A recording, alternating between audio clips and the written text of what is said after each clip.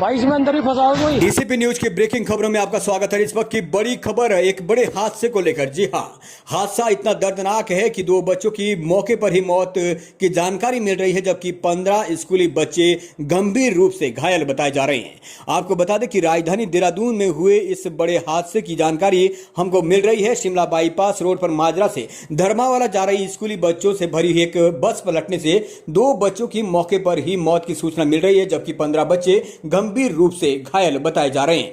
सूत्रों के अनुसार बस ड्राइवर नशे में था।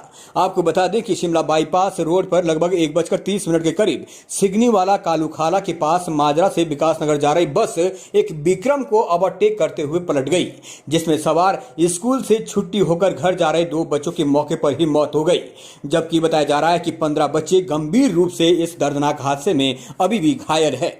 चीख पुकार मचने के बाद आसपास के लोग एकत्र हुए, जिन्होंने तुरंत घटनास्थल पर पहुंचकर बस की खिड़कियों के शीशे तोड़कर बच्चों को बाहर निकाला।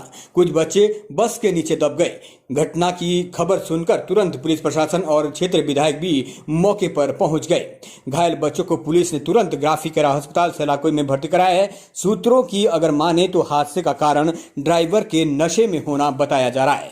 आप समझ सकते हैं नशे की लापरवाही में किस तरीके से नन्हे से बच्चों की जिंदगी दांव पर लग गई। इसके अलावा बस में ओवरलोडिंग सवारी भरकर तेज गति से चलते हुए विक्रम को ओवरटेक किया जाना भी बताया जा रहा है, जिसमें कई घरों के चिराग बुझ गए हैं और कई बच्चों की हालात अभी भी नाजुक बताई जा रही है। आखिर बसों के मालिक नशेड़ी ड्राइवरों के हाथ में बसों को देकर क्यों दूसरों के बच्चों के जान के साथ खिलवाड़ कर रहे हैं? जिन बच्चों की जान गई है, आखिर उसके लिए जिम्मेदार कौन है? पुलिस प्रशासन सिर्फ दोपहिया वाहनों को रोक कर उनकी चालानी कार्रवाई कर अपनी बहुत बड़ी जिम्मेदारी का निर्वहन करता हुआ दिखाई पड़ता है और आरटीओ विभाग से सचल दस्ते में कहीं गाड़ियां पेट्रोलिंग भी करती है। बावजूद इसके किसी की मजाल है कि यूनियन में चल रही इन बसों को रोककर कोई इन पर भी कार्रवाई करे। अधिक जानकारी के लिए आपको सीधा ले चलते अपने सहयोगी रिपोर्टर मोहम्मद मोहसिन के पास मौके पर और सुनते हैं एसएसपी देहरादून के साथ ही अन्य लोगों की प्रतिक्रिया इस हादसे को लेकर।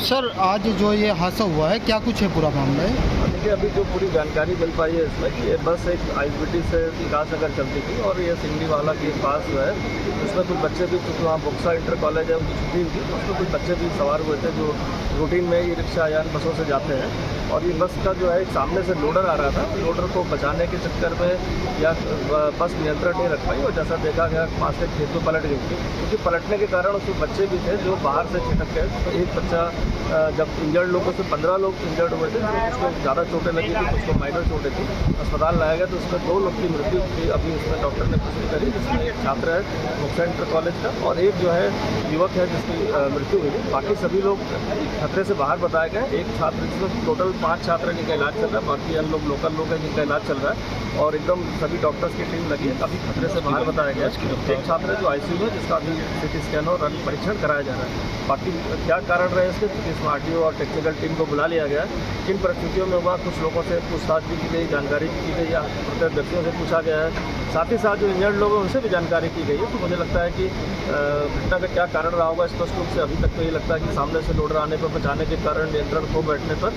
बस पलट गई। मौका मुआयना करने के बाद टेक्निकल टीम के द्वारा और स्पष्ट हो पाएगा कि अन्य कोई कारण तो इसमें एक्सीडेंट का नहीं। सर, बताया जा रहा है बस जो थी तेज रफ्तार से थी। देखिए, इस दोनों चीज़ के बारे में हमने जो हमारे यात्री इसमें घायल है उनसे भी पूछा और कुछ प्रत्यक्षदर्शी से पूछा। तो जो भी है इसमें मैंने कहा इसीलिए कि कारण अभी तक स्पष्ट रूप से कि तेज स्पीड के कारण पलटना, सामने से लोडर आना या नियंत्रण न रख पाना या कोई रोड में वहाँ पर चौड़ी ना हो, किसी कारणों से रोड बस वहाँ पर कच्चे में गई और पलट गई। तो सभी चीज़ों का घटनास्थल निरीक्षण के बाद जो हमारी टेक्निकल टीम करती है वो चीज़ें स्पष्ट हो पाएंगी। सर, लगातार पचवादून क्षेत्र में सड़क दुर्घटनाएं बढ़ती जा रही हैं।